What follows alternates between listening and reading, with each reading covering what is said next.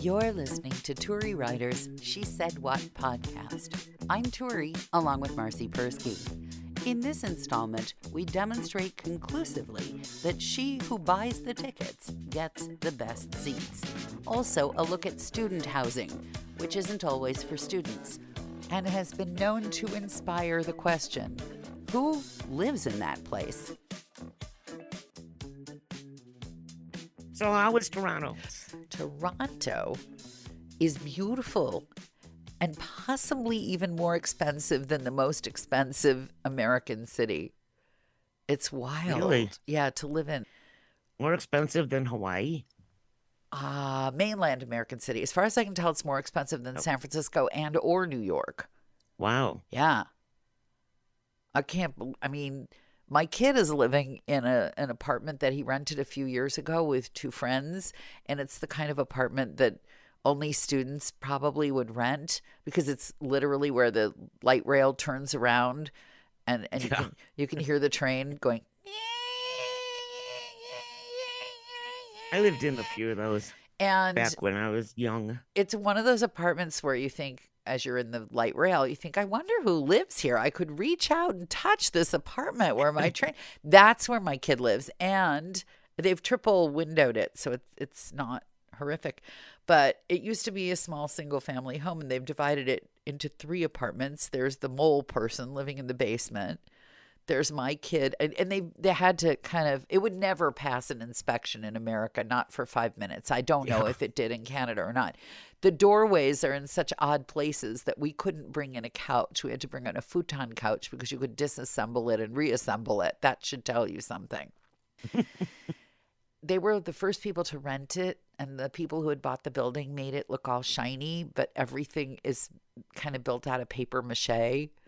So the neighbor's bathtub started raining into their bathroom. The neighbor's other plumbing started raining into their bathroom, and they had to fix it, but they left it open so that it didn't get moldy, only they never closed it, and it got moldy. And so it's kind of like, this is what you call substandard housing.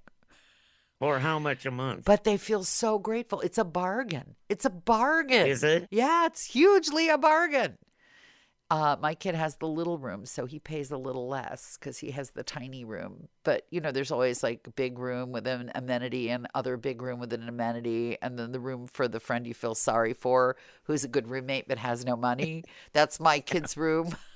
Okay. Because he has what we send him and what he earns, but it's not enough to live in Toronto, really. Yeah.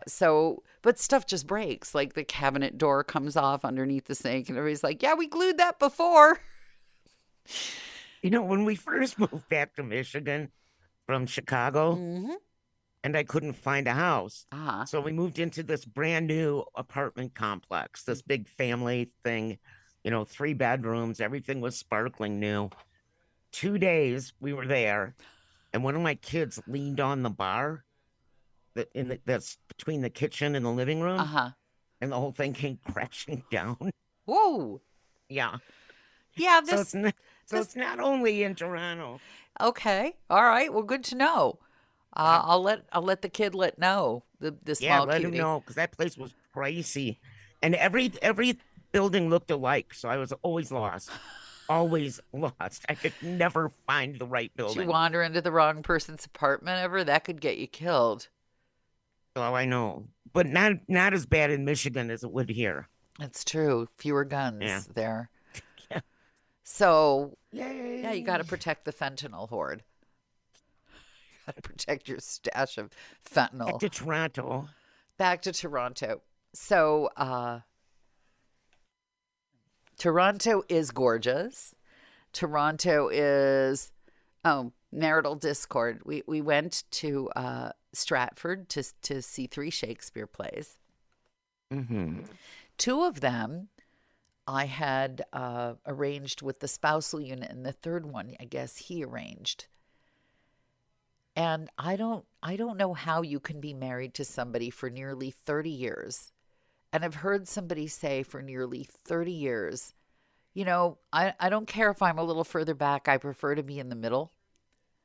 I don't know how you could live with that person for almost 30 years and somehow get the idea that it would be okay to put this person all the way over to the far side of the audience behind a wall.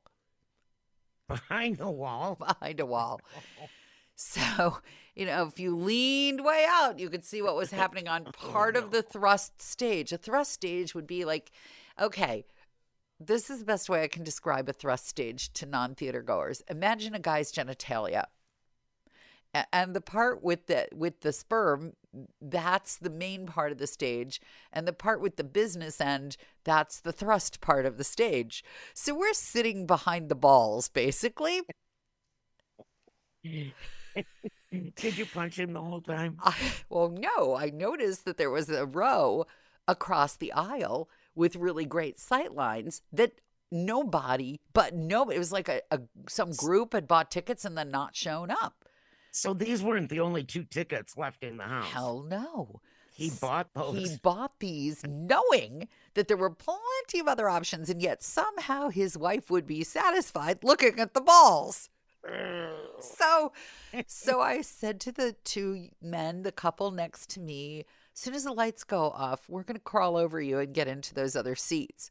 And they said, yeah, we were thinking about doing that. I said, well, we're Americans, so we're going to do that. And he looked We're rude. And he said, we're Americans too. I said, well, then we'll see you across the aisle. And then there was one more set of a couple closer to the aisle. And as soon as the lights went out, I said, excuse me. And I climbed over the 2 men I'd prepped. And then the other 2 people, it was very dark. And one of them swore at the spousal unit, which serves him right, because I swore at him plenty after the performance was over. Like, you've got to be kidding me, was what they said. And I'm like, fine, sit in your crappy seats. I don't care. I didn't step on you. I just climbed over you. And now I have great seats. But the kids, my kid and his roommate who could go, had the same seats on the opposite side. And I couldn't even wave to them because they were looking at the balls. I bet they're the cheap seats. Of course they were. And all of a sudden it came back to me that the spouse had said, the tickets for this performance, I guess because it was like a, I don't know, Tuesday night or something, he said they're really inexpensive. And I didn't think to ask, is that because they're really Because I assumed, stupidly, that after 30 years, he would know not to put me in the seats that look at a wall. Or the front table at a comedy show. Oh, I don't go to those I don't, the Small Cutie performs, so I sit way in the back. And in Canada, they pointed me out. And when they pointed me out, somebody brought me a drink, and I thought, that'll help. Yeah. That'll help.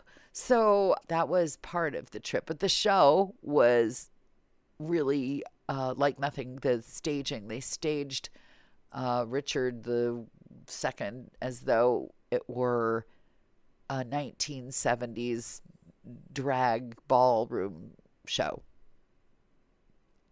Like if you saw, what is that show with what's his name who wears RuPaul's Drag Race? No, the one about all of the transgender people in New York at the beginning of the HIV crisis. What the heck's that called? Ballroom? Something like that. Pose. Pose, yeah. Pose. So it was kind of, imagine Pose doing Richard II. That was what it was. It was really interesting. I kind of liked it. And they changed the genders of some of the people. And it was creative. And I liked it. I like it when they switch up Shakespeare. Yeah. They didn't change the script at all. They had maybe a little filigree of a exclamation or something that might not have been in there. But it was really special. And now I have to reread King Lear and Much Ado About Nothing is just fun, with lots of physical comedy. So that was that. And then Toronto itself, the spousal unit likes the forced march thing. And at one point on one of the forced marches, we were behind him because he's undeterred. And we, the Small Cutie and I, were getting very deterred.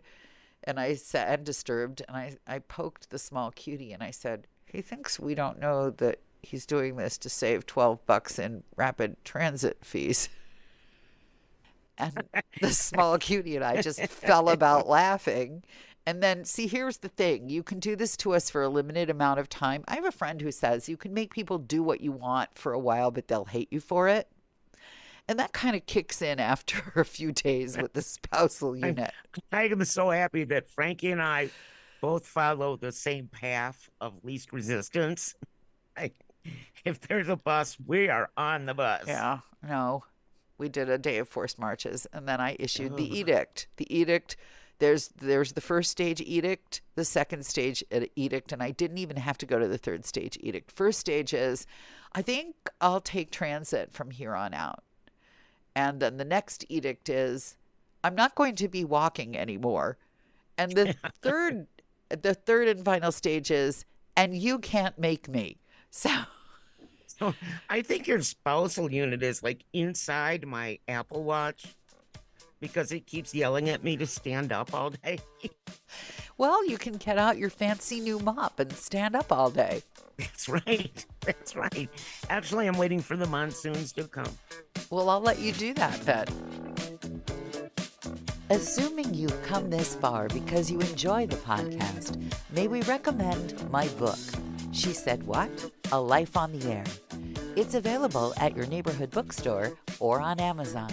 And if you're feeling especially generous, please leave the podcast a good review. Thanks.